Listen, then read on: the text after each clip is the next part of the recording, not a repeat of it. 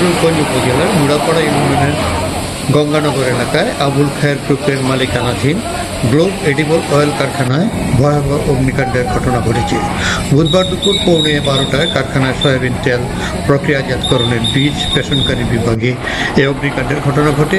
কাঞ্চন, ডেমরা ও Sonargaon fire সার্ভিসের 5টি unit 1 ঘন্টা চেষ্টা চালিয়ে দুপুর 1টায় আগুন নিয়ন্ত্রণে আনে।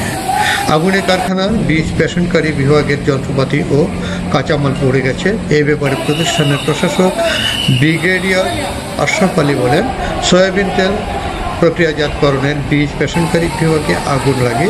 আগুনে বিভিন্ন মেশিনারি সামগ্রী পুড়ে ব্যাপক ক্ষতি হয়। ক্ষতির পরিমাণ নিরূপণ করা হচ্ছে। নারায়ণগঞ্জ ফায়ার সার্ভিসের উপসহকারী পরিচালক ওসমান গনি বলেন, গ্লোব এডিবল অয়েল কারখানায় আগুনের সংবাদ পেয়ে মোট 5টি ইউনিট 1 ঘন্টা চেষ্টা চালিয়ে দুপুর 1টার দিকে আগুন নিয়ন্ত্রণে আনে। তবে অগ্নিকাণ্ডের কারণ জানা যায়নি। কোনো হতাহতের ঘটনা নেই।